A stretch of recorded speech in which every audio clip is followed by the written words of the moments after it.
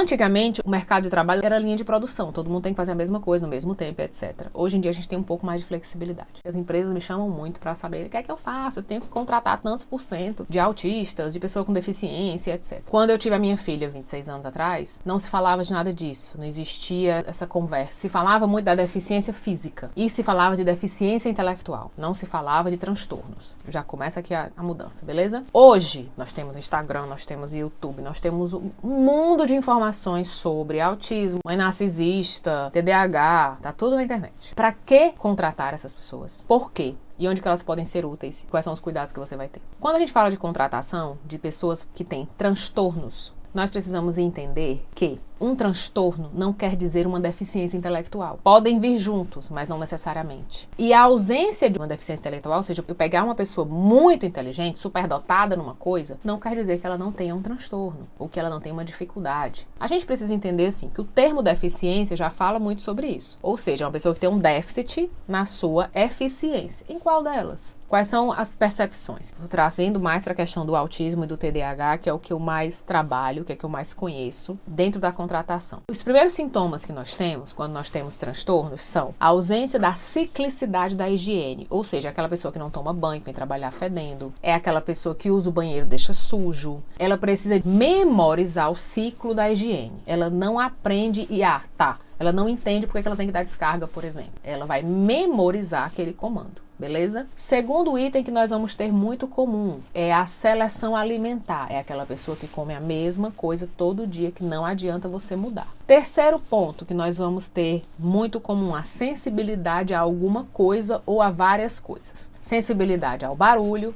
sensibilidade à luz, sensibilidade ao toque. Todos são assim? Não. Cada um vai ter o seu jeitinho. Então aqui eu preciso, na entrevista, perguntar para essas pessoas o que te incomoda, o que te irrita, o que essas pessoas vão ter que é sintoma, porém é positivo. Eles podem ter baixa flexibilidade ou ausência de flexibilidade. Leiliane, para que isso vai ser útil? Bote ele no financeiro. Não falta um centavo. Ele não aceita, não tem margem de erro. É aquela pessoa que é extremamente rígida com as regras. Então, ele é excelente em qualquer setor de controle. Controle de qualidade, controle de checagem, controle de números. Se ele for bom de matemática, na contabilidade, é uma pessoa que nunca vai te roubar, porque ela não aceita margens. Ela não aceita nenhuma gambiarra. Ela não aceita que o cara pegue uma caneta que vai faltar no estoque. Então, eles são muito bons nisso. Uma característica muito boa também dos autistas é a organização. Eles são muito bons em organizar. Sabe aqueles vídeos que você vê que a criança separa as coisinhas, empilha, bota em linha? Eles são muito bons de organizar. No que eles não vão ser bons? Conversar enquanto trabalha. Não fale com ele enquanto ele trabalha. Ele desconcentra. Eles podem estar em grupo com outras pessoas. O que eles não podem é estar em interação enquanto estão executando a função, porque eles se distraem. E isso não necessariamente você precisa ter um transtorno, tá? Tem muita gente que é assim. Ele pode estar em grupo, porém ele não pode ter interação. Sabe quando você vai no supermercado e o caixa daqui tá conversando com o lá de longe? Se tiver um autista no meio, ele para de trabalhar. Não dá certo. Ele não vai funcionar com o cliente falando, a máquina fazendo bip-bip e duas pessoas conversando. Já deu um problema aqui. Outra coisa que eles vão ter nessa questão da baixa flexibilidade é a adaptação. Então, quando você vai trabalhar com pessoas que têm baixa flexibilidade, não é que elas não se adaptem, é que elas precisam de mais tempo. Então, o que você não pode fazer? Vou pedir para ele trabalhar 2 horas a mais hoje? Raramente ele vai aceitar. Mexe com toda a programação dele e ele precisa de tempo para se organizar. Se você perguntar para ele se ele quer vir 2 horas a mais amanhã ou semana que vem, talvez ele te diga sim. Porque ele tem mais tempo de se adaptar a essa nova informação, de se regular, de se reorganizar para alterar os planos. Então, mudança de rotina, mudança de planos não são legais.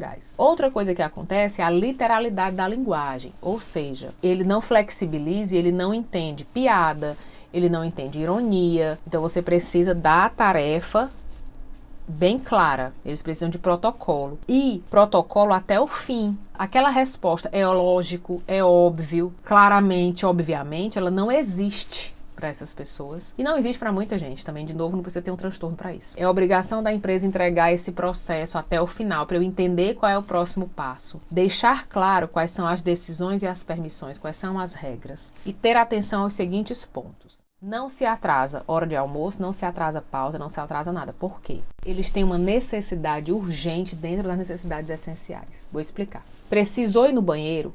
ele vai no banheiro. Pode estar o mundo caindo, ele precisa ir no banheiro, acabou. Ele bloqueia ali, ele não serve mais pra nada. Precisou comer, deu fome, ele precisa comer. Não tem condições. Um clássico exemplo, lembra de um museu que tinha uma exposição, tinha uma banana na parede com uma fita, e um menino foi lá e comeu metade da banana, colocou de volta e disse assim, mas eu tava com fome. É um clássico. Pronto, é essa pessoa que não tem noção que aquilo é uma arte. Como ele não tem essa contextualização, ele é literal, fome, comida, comer. Comeu. Qual o cuidado que eu vou ter aqui, Leiliane? Eu preciso dizer para ele o quê? Que se ele se deslocar da unidade de base, porque ele está com fome, etc., qualquer coisa fora do horário, ele precisa colocar alguém no lugar dele, ou avisar. Se eu não orientar ele, ele larga a máquina funcionando e vai embora pro banheiro. Porque aí tem um terceiro ponto, que é a descalculia do tempo. É comum que eles não calculem o tempo. Então, se ele estiver no banheiro e ele passar 10 minutos, 30 minutos ou 40 minutos, para ele, muitas vezes é a mesma coisa. Ele não fica lá à toa. Mas, tipo, deu dificuldade de fazer o número 2 e tal, e ele precisou ficar lá mais tempo, ele fica mais tempo. Ele não tá preocupado se a máquina tá rodando ou não. Ele sai e vai embora. Porque a necessidade fisiológica para ele é uma sirene, assim. E aí eu preciso o quê? Montar com ele um protocolo. Olha, sempre que você precisar sair da máquina, você precisa colocar uma pessoa na máquina, aí você vai no banheiro, vai fazer isso, fazer aquilo. Então, assim, contratar PCD não é difícil. Não é difícil. Adaptar um PCD não é difícil. É necessário escuta.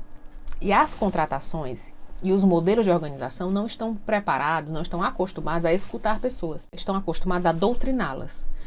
Você chega, veste a camisa da empresa e faz o que a gente mandar. Entende? E aí eu preciso aprender a me comunicar com essas pessoas. A aprender de que lugar cada um escuta para organizar bem essas equipes. Eu visitei uma fábrica que tinha um cara que era autista. E ele disse pro dono, ó, eu trabalho sozinho. E o dono, beleza. Isolou a área e colocou ele sozinho. Ele disse, ele trabalha por 4 pessoas. Quando ele falta, eu fico doido. Porque eu tenho que colocar 4 pessoas para fazer o que ele faz. Mas ele só faz se ele estiver sozinho. Eu vou perder um funcionário deles? Nunca. Porque lembra que eu disse que ele tinha rigidez lá atrás? Se eu sou contratado para limpar, eu não paro de limpar. Eu vou limpar o tempo todo.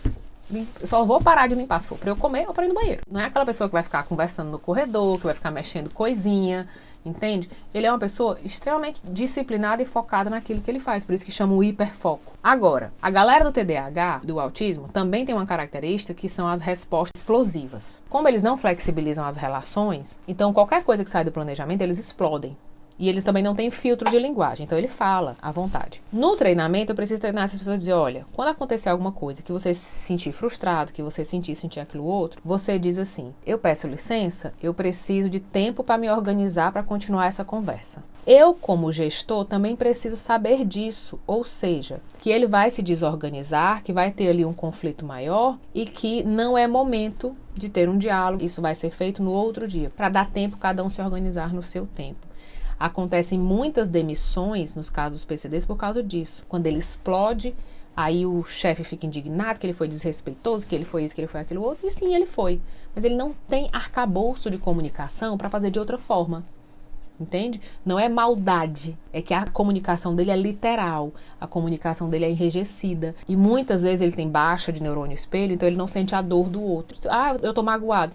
E eu não sei o que é estar magoado, não sei o que é sentir o outro magoado. Então, é um manejo de aprendizado para os gestores, mas como eu disse antes, são muito bons executores. Se você souber manejar essa galera, eles são excelentes executores, são extremamente honestos, respeitam muito bem as regras quando elas são bem claras.